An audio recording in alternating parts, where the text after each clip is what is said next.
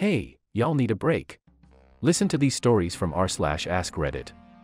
What's the most private thing you're willing to admit? This is gonna sound really weird, but I've become homeless 3 separate times, and each time it's like my mind just switches into survival mode and it feels awesome.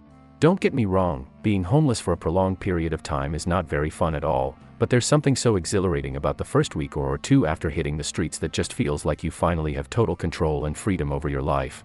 Maybe I'm just a nut job. When I was 20, I went primitive camping in a state park. I was meant to stay 3 days, but day 4, then 5, then I just never went home. I spent 5 months just moving around my camp and trying to stay undisturbed and undetected. I still went to work, just went home to a tent in the woods. It's been over 20 years and I long for it every day. I don't own a gun not because I'm against it, but because I don't trust myself to not shoot myself. I love to go shooting with friends and I am a rather good long-distance shot. They all ask why I don't bite the bullet and buy a gun of my own. I pay for ammo, and I just say costs. But the truth is, while I'm not suicidal, I just don't trust myself at 3 a.m. when I wake up crying. Sometimes I go into the woods to scream. Not like to release stress, just to scream like a wildman. Have you ever recognized yourself in one of those AskReddit scary camping in the woods stories? I envy people with functional families. First time I saw a functional family I was stunned. Same. Didn't know how to behave when my friends' parents and family just sat together at the breakfast table just chit-chatting like a couple of well-adjusted normal people. Where to start? The fact that my husband only stayed with me because I had cancer and he doesn't want to look like the bad guy for leaving while I fight for my life. Or the fact that I hope the cancer is back so he doesn't leave. I'm beginning to hate all of the things that used to define me. I'm just getting colder and colder and I don't feel bad for it. I'm just nostalgic for my old self. Not gonna lie, I miss how much of a positive outlook I used to have on people and the world in general. All the bad experiences, and adulting I guess, I've had, just make me see the worst in people. Even complete strangers. I'm pretending to have my life together, but secretly I'm always on the edge of a breakdown. I hold on by my fingernails for the sake of my family because I love them to pieces. I hope they never realize I'm one step from disaster. I'm an alcoholic and I've been sober for 2,098 days. Everyone always asks, do you miss it? I say no every time, but I'm only lying to myself. I've missed it for every single one of those 2,098 days. It's not getting easier, the struggle is real. I just want to leave my life behind and start over somewhere.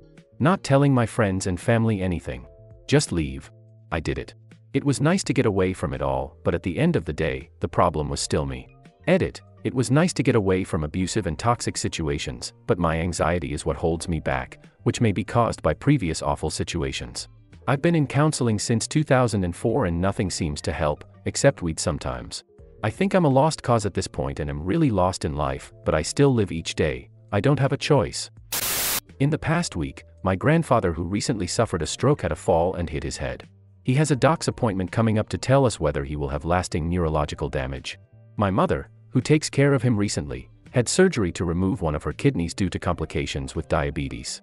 2 days before my grandfather's fall, she found out from her nephrologist that her other kidney is failing. If her health takes a dive, she'll be unable to care for him, and it will fall on me to be there for both of them. I live several hours away and after years of struggle I'm only just now getting my own life in order with a job I like and making decent money.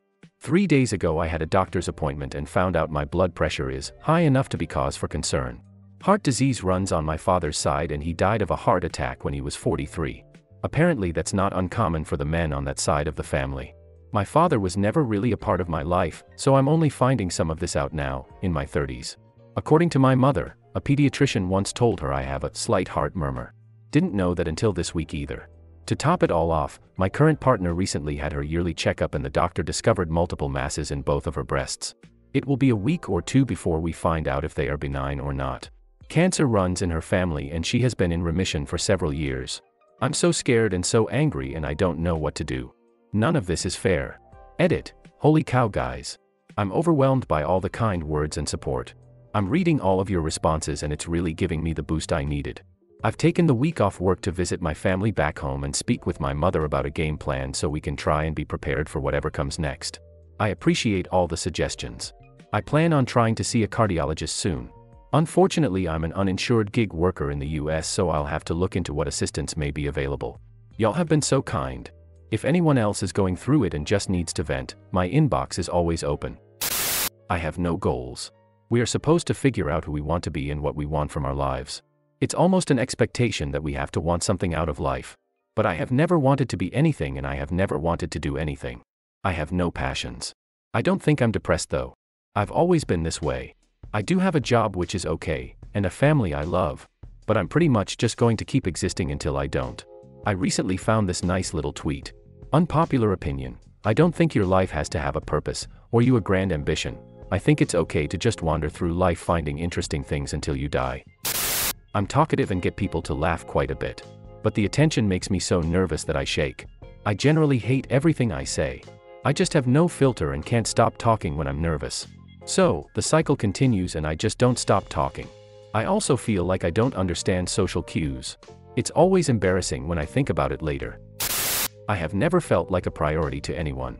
It would offend my family and friends, I'm sure, but I have seen the way they prioritize other people and I yearn for that so badly in just one person.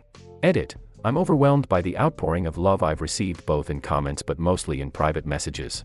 Working on responding to those. I'm sad so many of us share this feeling, but I feel very compelled to advise that we all reach out to one another to maybe offset this feeling of unimportance. Your best friend could be in this comment section. Anyone can reach out to me whenever about whatever, and if you're in the hoosier state, let me know. Thank you for all of the awards as well. I'm an extreme overthinker.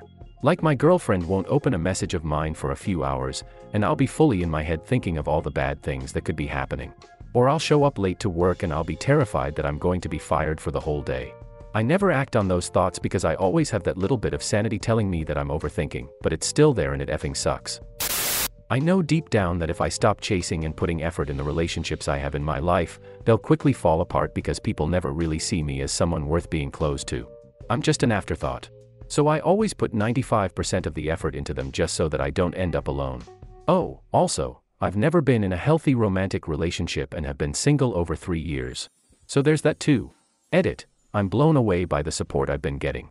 Thank you all for the awards and the lovely words. My heart goes out to everyone who's in a similar situation. I'm on the spectrum.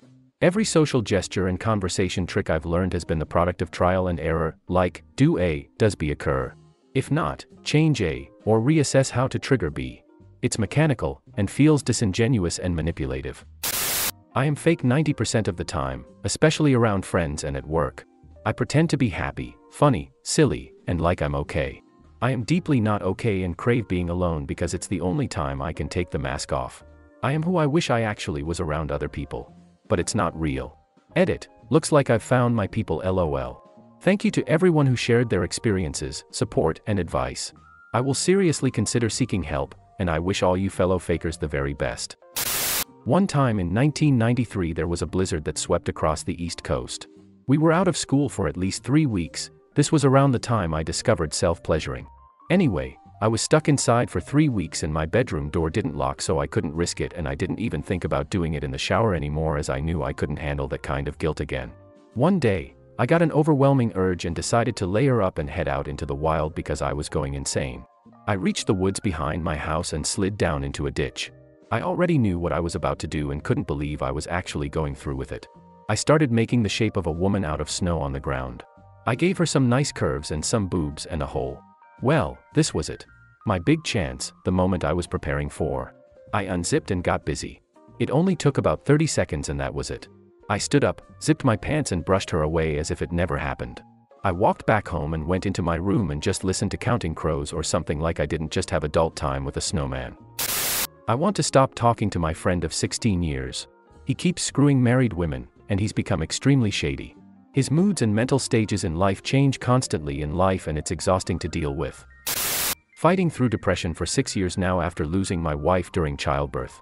I've thoroughly convinced myself as both daddy and mommy. I have said, I am fine, at least 4 million times until I have stupidly embraced it.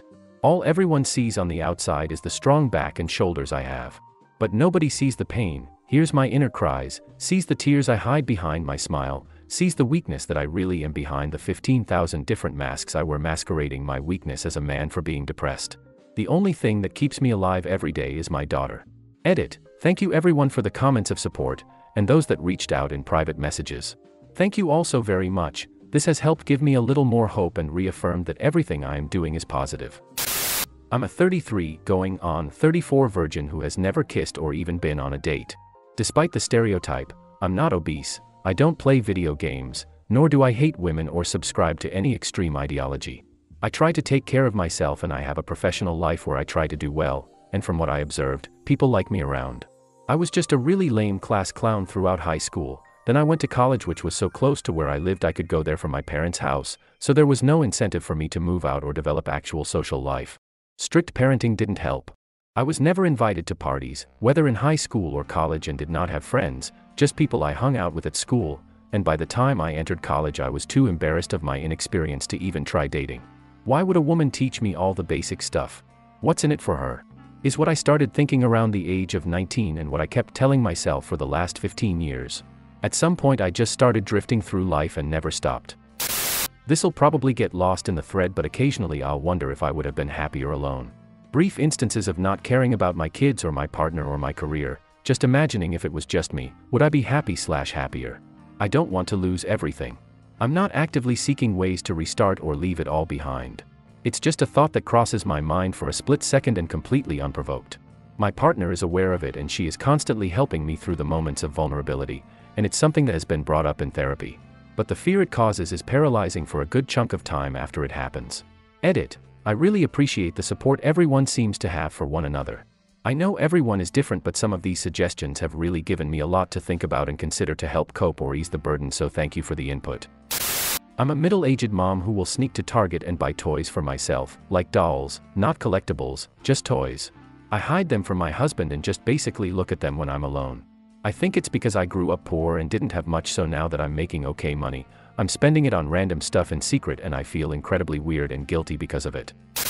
I often find myself anticipating arguments and then will proceed to spend minutes to hours building a defense case against said hypothetical confrontation, only for the confrontation never to materialize. It's often not even with anyone I already know. It could be a judgmental remark from a complete stranger that I've yet to even meet. But boy, when that day comes, if ever, I'll be prepared to drop knowledge bombs on them that will make them wish they never tried to come at me. Until then I'll just live in a constant state of stress manufactured by my own brain. When I was like 7, I went almost 2 full months strictly pissing in my mom's various houseplants because she yelled at me for knocking one over, so I got my revenge the best way I could think of at the time. Thanks for watching. Like, subscribe and share your thoughts in the comments.